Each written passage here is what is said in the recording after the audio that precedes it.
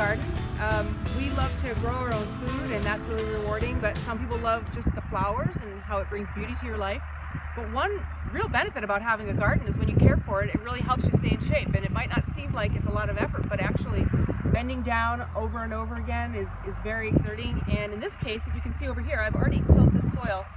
This garden has already been motor tilled a few times, but now we're getting it ready for planting soon, and I've tilled it up manually. And you can see over here I haven't. So that looked just like this before. So with every movement of this rake, I am crunching my abdominal muscles. So I want you to think about every time I go down, I'm doing a crunch.